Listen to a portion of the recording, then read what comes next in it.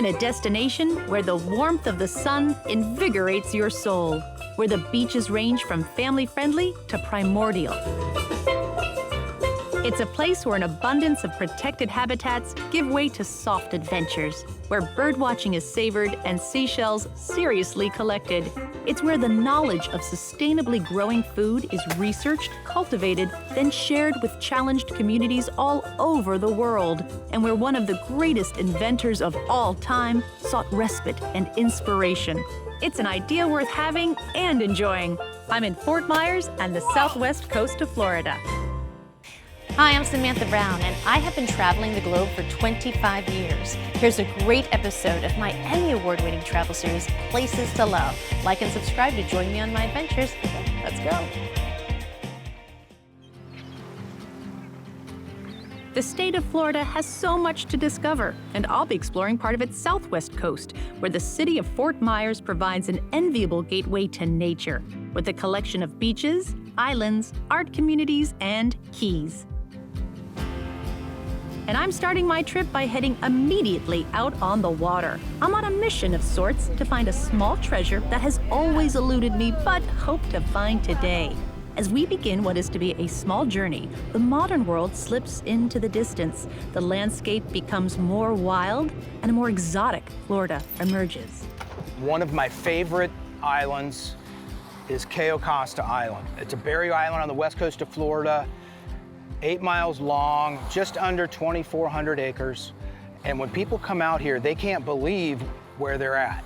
If they didn't know any better, they'd say they were dropped off on a little Caribbean island. But you're right here on the barrier islands of southwest Florida. I'm Captain Brian Holloway, and I'm a certified Florida master naturalist. I mean, this is the epitome of the totally unspoiled, pristine island. Yeah, it's kind of unique here. It has 12 different ecosystems, 377 different plant species on this island. And right now, I'm walking on what we're here for. I mean, there's so much to see, but what we're here for is this, and there's just like mounds of shells. I mean, it's really just like Treasure Island here. Just like, look at this. Oh my gosh, I'm rich. Actually, there's been documented on this island, Cayo Costa, where we're at, 167 different species of marine mollusk shells. This has to be one of the greatest pastimes there is, right? Just looking for shells and really zeroing in on the shapes. Look at zero in on that one. Look. Oh, wow, what is that? That is an alphabet cone. An alphabet cone? Yep. Why do they call it that? If you look at it, also like lettering on the sides, it makes a certain letter. Look at this. Here's a very small, it's called a rice shell. That's a shell. Yeah, that's a shell. It's a rice shell. They'll make little leis out of this in Hawaii, actually, but we have some rice shells right here in southwest Florida. So you have people who are avid shellers, and they Yeah. come to you, and they must want specific shells. Some people do. Some people like certain species. Sometimes there may be like a certain type of shell and that some people like and other people don't, but I'll have people that are just looking for a certain shell, so I'm constantly scouting on the beach. My dream is to find a sand dollar, a whole sand dollar. sand dollar. And like this is a piece of a sand dollar, Yep, right? Yep, it That's is. like 25 cents. Don't want 25 cents. You want the I whole want the dollar. So because there are pieces I could possibly find a sand dollar? Yep, they're very fragile, so a lot of times they'll break up. Is that the whole sand dollar? It sure is. Ah. I'm seriously gonna cry. Dreams came true today, Brian. Thank you. It's great. You're welcome. From the wild Florida of Cayo Costa, I make my way to nearby Cabbage Key, a lost-in-time island that fulfills people's need for a slower pace. Listed on the National Register of Historic Places, there's been an inn on this island since 1944, and many of its cabins date back to the 30s. One thing's for certain, the laid-back vacation vibes set back then are still pretty much adhered to today. Rob Wells, who grew up on the island, makes sure of it. My parents bought Cabbage Key back in 1976. Okay. And I was 3 years old at the time. I feel very fortunate to have grown up in this kind of experience. This is your backyard. I You know. know this trail know. like nobody. I know. How many acres is Cabbage Key? We're right around 100 acres. And how much is actually developed? This development is about 20 acres of the 100, And just being here, there are no cars, right? right? There are no paved roads. It's only accessible by boat. It's just blissfully simple. You don't have to stay on Cabbage Key to feel that bliss. Most people boat in to enjoy lunch at the Old House, a restaurant that's been open for 60 years and is known for its moneyed decor. On any given day, there is approximately $70,000 worth of bills taped all over the restaurant. How did the whole thing get started? When a dollar bought you more than it does today, Yep. these crusty old salts would say, if I come back here and I don't have any money, I'm gonna write my name on this dollar, I'm gonna put it on the wall. And it was an early form of banking, really, so that they'd have something to buy a drink when they came back years later. And whatever money falls from the ceiling is given to charity, roughly $15,000 to $20,000 a year. There are any number of reasons why someone would want to spend their winters on the Gulf Coast. Eating stone crabs certainly qualifies, but the city of Fort Myers has the distinction of attracting those who chose its restful location to work on extraordinary things. This beautiful vacation home was built in 1885 for one of the world's greatest inventors, Thomas Alva Edison. I'm Alexandria Edwards, historian here at Edison Ford Winter Estates, born and raised in the beautiful Fort Myers area. And I first started coming to the estates for summer camp at the age of 10 years old. Are you surprised as a historian and a guide how much people just want to peep into other people's homes, especially famous people? Honestly, not really. I mean, there's so much to see inside these homes, so people just really want to, look inside and see all that there is to offer. There's a lot to see from all the different angles. Yeah, because so you want to it's get amazing. clues of people's lives, right? So We is the definitely do. furniture original? Yeah, so the furniture is all original, and it's amazing how well it's done, throughout all these years. Are we seeing other inventions of Thomas Edison as we look into his home? Like, I get the light bulb, but are there other Right. things that we don't know that he invented that are here? So on the table, you'll actually see one of his phonographs. That was actually the first device that can record and play back sound. That was one of Edison's favorite inventions that he actually considered his baby. Now, I would say that is a chandelier. Did he invent that as well? Since that wasn't made using candle Yeah. and electrical wire, he really wanted to term it electrolier. However, that was just something that Edison came up with. It didn't really stick. No one else really called it an electrolier besides Edison. So Thomas Edison didn't want to give any credit to candles anymore. Like, we are No. done with candles. We are doing light bulbs. He was all about the electricity, no candles, no kerosene lamps that we used to see before he came here. Sitting along the Caloosahatchee River, the Edison Estate is also a 20-acre botanical garden with 7,500 plants from 450 different species over 6 continents. And if you're wondering why this is called the Edison and Ford Estates, it's because Henry Ford spent his summers next door. At one time, Ford actually worked for Edison in Detroit. In fact, it was Edison who encouraged Ford to leave that job and pursue his dream of creating a gasoline-powered automobile. And if you think you're guilty of bringing work with you on vacation, wait till you get a load of this.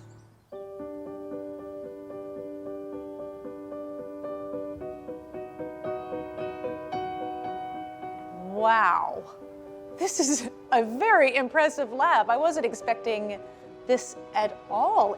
I'm sure it surprises most people who come here. It really does. I mean, when people look in here, they're just like, wow, look at all these original materials that since Edison has been here, nothing has been created. These are all the original materials that he experimented with. And it actually is set up to where it looks like he was working, he was taking a break, and then he was gonna come back and continue on his research for the day. On one side, you have what looks to me like a lab, and then on the other side, it looks like a workshop. Yes, everything in this laboratory was done in-house. I mean, if he wanted something, he had to build it himself. There wasn't the tool yet to make what he wanted to do, so he created the Right. tool and the process as well. Yes. Was this lab set up for one particular project or many? He really wanted to find a natural source of rubber here in the United States. So by the time this laboratory was built, he had already done experimentation with the phonograph and the light bulb. So really his goal was to experiment with some different plant samples to extract latex to come up with a source of rubber here. Wow. So how many plants did they test? They actually tested over 17,000 different species. Edison's philosophy was that if I can find 1,000 ways it didn't work, I'm just 1,000 ways closer to finding the solution. So that is the methodology that Edison applied throughout this entire project. The goldenrod plant came close, but in the end, not close enough. I guess his real legacy isn't all of his inventions, which were incredible on their own, but this idea of persistence and that you never give up, right? The key to success is that you always try just one more time. You never give up. So at Echo, you are learning and researching how to grow things in the most challenging climates. What can you do if you don't have any soil, which might be the most difficult place to grow food in the world? And how can we use trash around us or resources that we have to grow the food that we need? Wow. I'm spending the day working alongside some of the dedicated workers at a research farm located in Fort Myers that has a global reach. It's called Echo. So we have 7 different regions of our farm. 5 are tied to climate, and 2 would be the needs of the community, like the urban garden where we are in the community garden. What eco-region are we in right now? We're in the tropical highlands. We're in the mountains. Yes, the mountain. Is this the highest point in Fort Myers? This is the highest point in Fort Myers. I love it. Yeah. I'm Noah Coleman, and I'm an intern here at Echo. Echo is an agricultural development organization that focuses on transmitting knowledge to farmers, Peace Corps volunteers, and missionaries all over the world, those that are facing some of the hardest challenges in agriculture today. Farmers in many tropical highland regions, they have altitudes that exceed 2,000-3,000 meters, and there are folks that are trying to grow on marginal land that's constantly facing issues with erosion. And what we're doing here is demonstrating practices that can help mitigate those issues and provide opportunities for folks that are dealing with those conditions to feed their families. We try to work through community leaders who already know the challenges of their community and can share that information with the people who they serve. How many countries do you reach out to with this knowledge? How many do you work with? 190 countries around the world. That's just about all of them. Almost all of them. In here in the United States, because we have obviously food deserts too, we have food insecurity. It's a huge issue here as well. That's right. Echo works with organizations who are feeding their communities too. Wow. All right, so what are we doing here? This is a banana stalk. The bananas would have been coming out of the top. This guy is already done with production. And so what we're going to be doing is chopping it down. This part is often used for nothing. People just chop it down and leave it in the field. But you can actually create silage, which is a feed supplement for animals. So zero waste. Zero waste. All right. I feel like I'm playing tennis here, not It's really basically chopping it. pretend you're Venus Williams and you're like going for it. Got it. All right, here we go. Oh, not even close. You might need one more whack, but All right. I received my first machete when I was 4 years old, on my 4th birthday. My parents gave me my first machete when I was 12. So That's awesome. And what kind of animals would eat this? Pigs, We'll goats? be feeding it to our pigs for sure. Not only are we providing nutrition and access to information about that nutrition, but we're showing how everyone can get involved in the mission of feeding the hungry all over the world.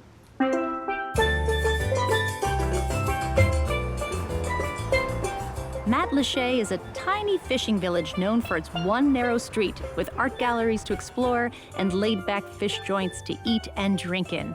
Bert's Bar is a favorite, especially with Skip Bowman on the steel drum.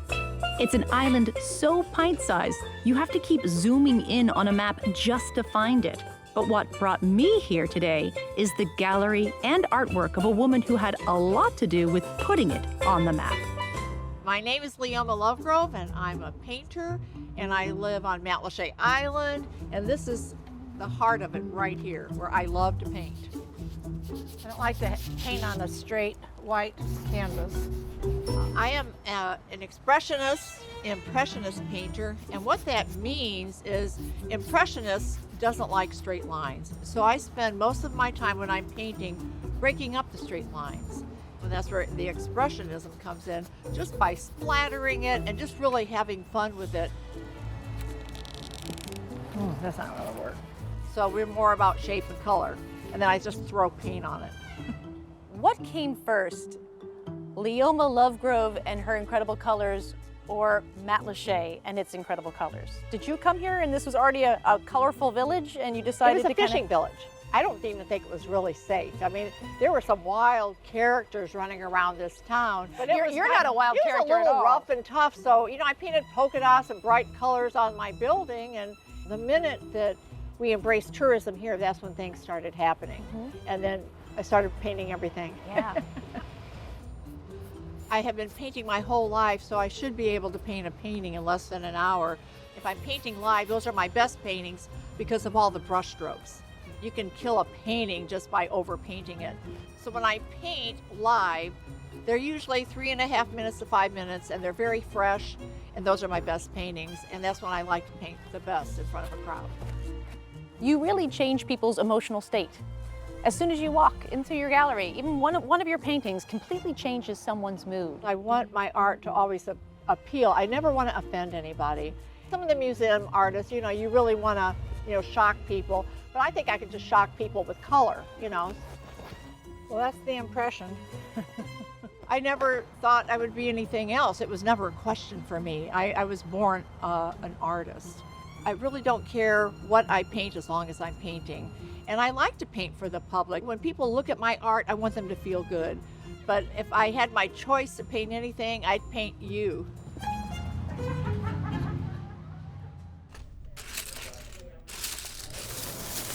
Indoors or on the beach, this is a familiar sound on Sanibel Island. Seashells are so respected and in such abundance that there's even a National Shell Museum here to prove it. It's the only accredited museum in the United States devoted solely to shells and the ingenious little creatures that create them. But I'm enjoying these once mobile homes this way. All right, so today I'm learning how to make an owl, right? This? Yes. Okay. It's Monday, and I'm at the Sanibel Community House, joining Donna Wilmot, Lynn Butkowitz, and Sarah Jacobson for their weekly meeting of the Shell Crafters. The owl. And here are all my shells? Yes. Okay. All right, so we'll start with the eyes. What beach on Sanibel do you find googly eyes? All right, so just like a little dot in Just the a middle? dot in there. It's the safest way. The Shell Crafters have been meeting weekly for decades. Every Monday, they create one-of-a-kind pieces of art, including animals, jewelry, and even floral arrangements. And you should see their stash.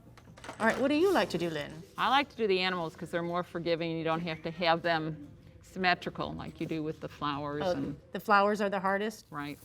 A shell crafting class is held every Monday as well, 10 a.m. sharp. It's free, but you pay for supplies. Children are put on the easiest of animals, while adults will try jewelry or even flowers. In the children's category, I was still, well, struggling. Are you putting them behind the shell? Oh, see, because I did mine the way you did yours upside down. I made a mistake from the second shell and no one told me. I watched it happen, Girls. but you got yours to stand, so I was impressed that you're standing. This is going to be a very special owl. A carefree social hour with island residents as you make pretty things with shells, and you found your group. It's just lovely because you just kind of get lost in thought, and then you get to make art out of what you found. Can I do the reveal? I think I'm done. I think he's adorable. I really do. Oh, he is. Oh, good. That's an great. upside Great down. job. Very nice. Awesome. Ladies, do you see my first owl? Yeah. Nice. Am I welcomed into the Shell Crafters? Yes. We'll see you on Monday. See you next Monday. That's right.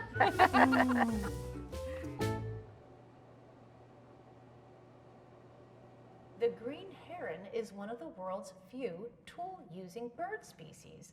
They create fishing lures with insects, earthworms, twigs, feathers, and other objects.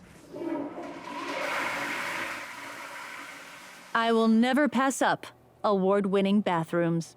And you'll want to use them before you set out to explore the incredible J.N. Ding Darling National Wildlife Refuge.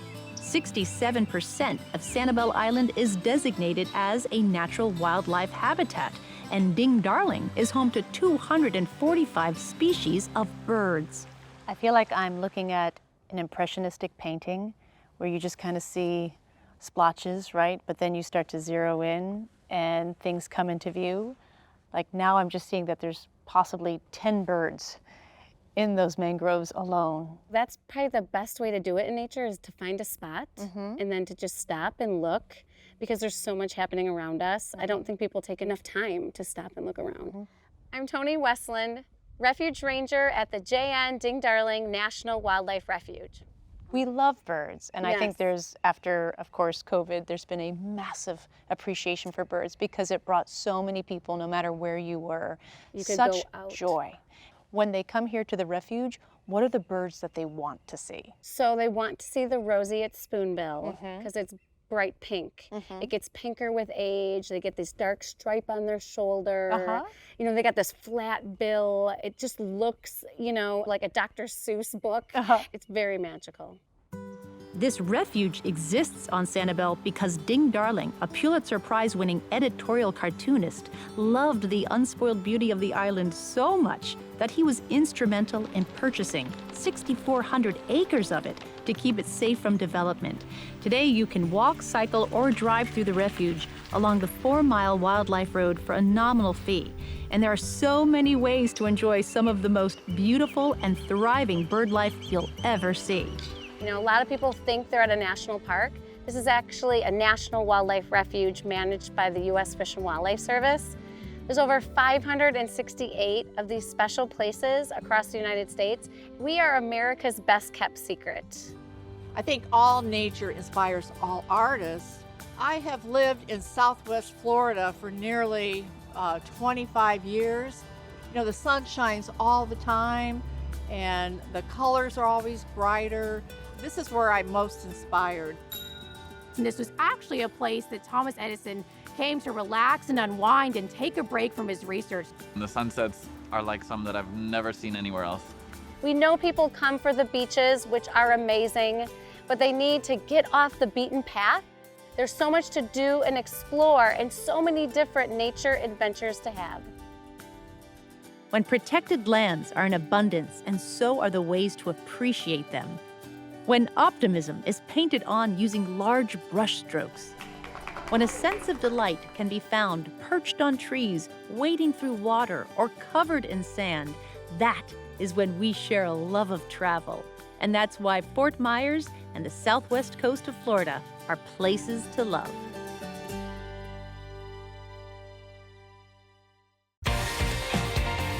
Hey, thanks for watching this episode of Places to Love.